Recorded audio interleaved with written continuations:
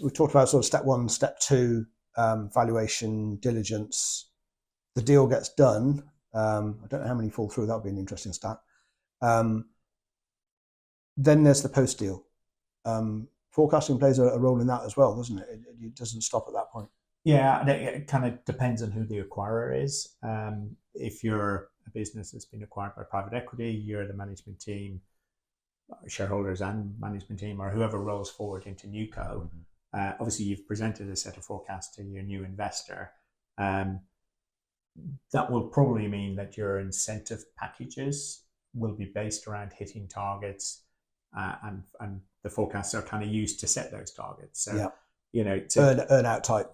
well, maybe separate from earn out. Yeah. So maybe just, you know, how we incentivize the team. Bonus, okay. So it could be bonus, it could be employee, you know, just general remuneration package. So forecasts there play a role into, you know, the incentivization of the team going forward, but also it could be an earn out. And you're absolutely right. You know, business gets sold for 100 million, 70 million paid day one, 30 million deferred, you know, take targets over the next 12 months, 24 months.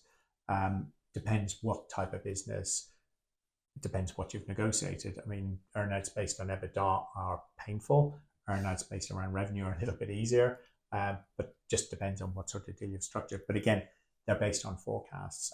You know, I've sold a business into the States. Management team basically had 35 million day one, 10 million pounds deferred, chunk of deferred, but they got a great price. So, you know, if they walked away with 35 million, they were feeling quite happy, but they believed they could hit the targets they set to deliver the additional 10 million pounds, which they did, but the buyer wasn't confident that they would. Hence, we ended up in an earn-out structure. But your forecasts underpin that. And now they just hit their forecasts, but it just goes, they had good forecasting and they got paid their 10 million pounds. Now, we had a graduated structure, so if they were slightly off, it wasn't a knife-edge structure that they lost 10 million pounds. But they worked really hard to make sure they delivered that earn-out. Yeah. And they didn't have a set of forecasts that were pie in the sky. When we started the transaction, there was no talk of earn-outs. It was a difficult time in the market. You may remember Liz Truss and slightly further back.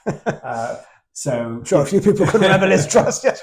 But forecasting went mad that day. Yeah, well, earn-outs, you know, it was for a period of time. Earn-outs came into the market because people weren't sure what the direction of travel was.